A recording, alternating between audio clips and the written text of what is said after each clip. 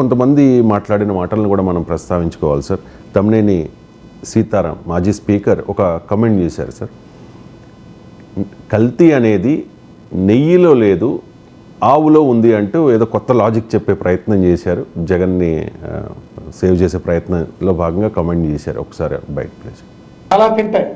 పోషకాహారం లోపం ఉన్న ఆవులు నుంచి వచ్చే పాలతో తయారు చేసే నెయ్యి అంటే గ్రామాల్లో మన అనేక పశువులను మనం చూస్తాం, అవి చాలా తింటాయి,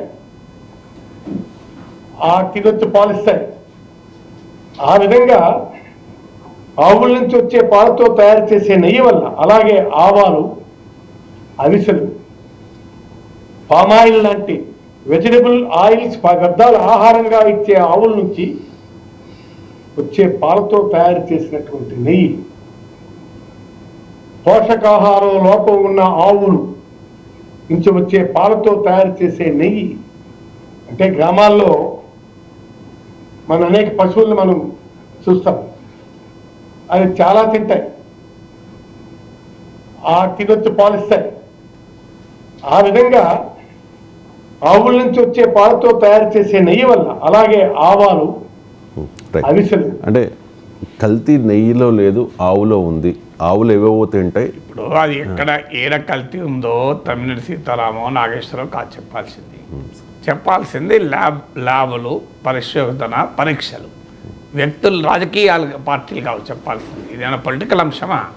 సో దాంట్లో కల్తీ జరిగిందా లేదా? అయితే తమ్మినేని సీతారాం చెప్పేది ఏంటంటే, ఆ centre for analysis and learning in life stock and food వాళ్ళ రిపోర్ట్లో ఈ మాట అన్నారు. అంటే అవి ఇచ్చేటువంటి డయట్ పైన వారికి ఏ ఫీడ్ ఇస్తారు, ఎనర్జీ డెఫిషియెంట్ అంటే శక్తి బలహీనంగా ఉన్న ఆవుల నుంచి వచ్చే పాల వల్ల కూడా ఫాల్స్ పాజిటివ్ రావచ్చు అని ఒక కేవియట్లు ఇచ్చారు. ఇలా అయితే ఇలా ఉండవచ్చు. అందుకే చెప్పేది, దీన్ని నేషనల్ ఫుడ్ ల్యాబొరేటరీస్ గాజియాబాద్ వాటికి పంపించి, లేదు ఇంకేదైనా 2 ల్యాబ్లకు పంపించి, దీనిపైన అనుమానానికి ఆస్కారం లేని నివేదిక వస్తే భక్తులకు సంతృప్తి ఉంటుంది. భక్తులకు కోరుకునేది నిజం కాకూడదని, కానీ అదే సమయంలో నిజమైతే మామూలుగా ఉండదు, శిక్షించాలని కూడా కోరుకుంటాం. సో అందువల్ల ఇది నిజమా కాదా తేలటానికి ఇప్పుడు సిట్టేసింది దేనికి? తేలటానికి కదా, వేరేది ఏం లేదు కదా. ఆల్రెడీ స్పెషల్ ఇన్వెస్టిగేషన్ టీం వేసింది దేనికి? ఏం జరిగిందో తేల్చుకోవటానికి. ఆల్రెడీ ఏం జరిగిందో తేలిపోయినట్టుగా రాజకీయం జరుగుతోంది. తేలిపోయినట్టుగా నిజంగానే తేలిపోతే వాళ్ళు సిట్ ఎందుకండి? అవసరమే లేదు కదా. సో సిట్టు దేనికి వేస్తున్నాం మనము? విచారణ కొరకే. స్పెషల్ ఇన్వెస్టిగేషన్ టీం, ప్రత్యేక విచారణ బృందం. ప్రత్యేక విచారణ అవసరమే లేదు కదా. ఆల్రెడీ విషయం తేలిపోతే, విషయం ఒక ల్యాబ్ రిపోర్టు అనుమానాలని అవకాశాన్ని ఇచ్చింది. దానిపైన విచారణ కొరకే కదా స్పెషల్ ఇన్వెస్టిగేషన్ టీం వేసింది. సో దానికి కారణం ఎవరు బాధ్యులు, జరిగిందా అన్నదంతా మొదలవుతుంది.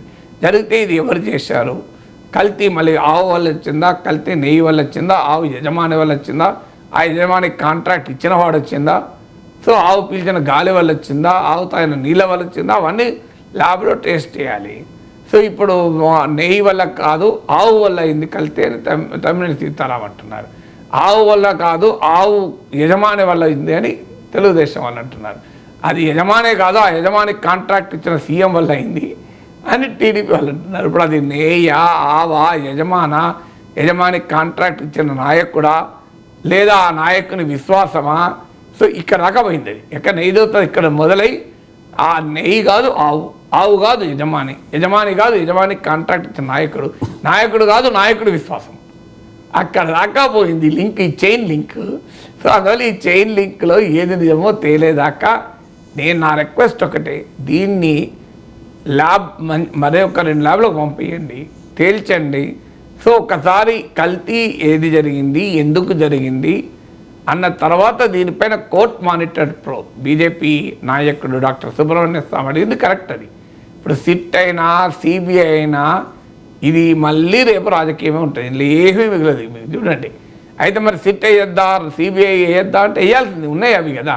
ఇప్పుడు మన రాష్ట్ర ప్రభుత్వ సంస్థలు, కేంద్ర ప్రభుత్వ సంస్థలు, మళ్ళీ సిట్ వేసినంత మాత్రాన అయిపోతుందా? మళ్ళీ అది కోర్టుకు పోతుంది. ఆల్రెడీ సుప్రీంకోర్టులో కేసు కూడా ఫైల్ అయింది. సో ఇప్పటికైనా దీనికి ఫైనల్ పరిష్కారం ఏంటి అంటే కోర్టు మానిటర్ ప్రాబ్. కోర్టు మానిటర్ ప్రాబ్ కూడా కరెక్ట్గా జరిగిందా, కోర్టు కూడా జడ్జిలు కూడా కరెక్టే తీర్పు చెప్పారని కూడా ఎవరైనా క్వశ్చన్ చేయొచ్చేమో. కానీ ఇక దానికి ఎండ్ ఉండదు, ఎక్కడో కానీ ఆగాలి కదా, మనం కోర్టును నమ్మాలి కదా. తర్వాత ప్రజా కోర్టులో ప్రజలు నమ్ముతారా లేదా, నిజంగానే జరిగిందని ప్రజలు భావిస్తారా, జరగలేదు అనవసరం రచ్చ జరిగిందని భావిస్తారా, అది ప్రజలు నిర్ణయించుకుంటారు. ఇప్పుడైతే ఇమీడియట్గా మనం ఒక చట్టబద్ధ పౌరులుగా కోరుకోవాల్సింది దీన్ని supreme court court monitor probe doctor Subrahmanyam Swamy already పిల్లేశాడు, వైఎస్ఆర్ కాంగ్రెస్ వాళ్ళు కూడా పిల్లేశారు. జగన్మోహన్ రెడ్డి ఈ లోపల మోడీకి లేఖ రాశాడు, దీంట్లో బీజేపీ నాయక్ సిఫారసు చేసిన వాళ్ళు కూడా ఉన్నారని బోర్డులో. మరి వాళ్ళ సంగతి ఏంటి, మరి వాళ్ళు ఎట్లా సిఫారసు చేశారు? సో వాళ్ళకు అప్రూవల్కు వాళ్ళ దగ్గర రాది కాంట్రాక్ట్ ఇక్కడికి పోవు కదా అనేది ఇప్పుడు వాళ్ళ ఆన్సర్ చెప్పాల్సింది. బోర్డు మెంబర్ల పాత్ర ఉంటుందా, ఇందులో ఉండదా? తర్వాత ఆయన మరి బీజేపీ నాయకులు ఉన్నారు, ఇంతవరకు నరేంద్ర మోడీ స్పందించినట్లేరు నాకు గుర్తున్నంతవరకు.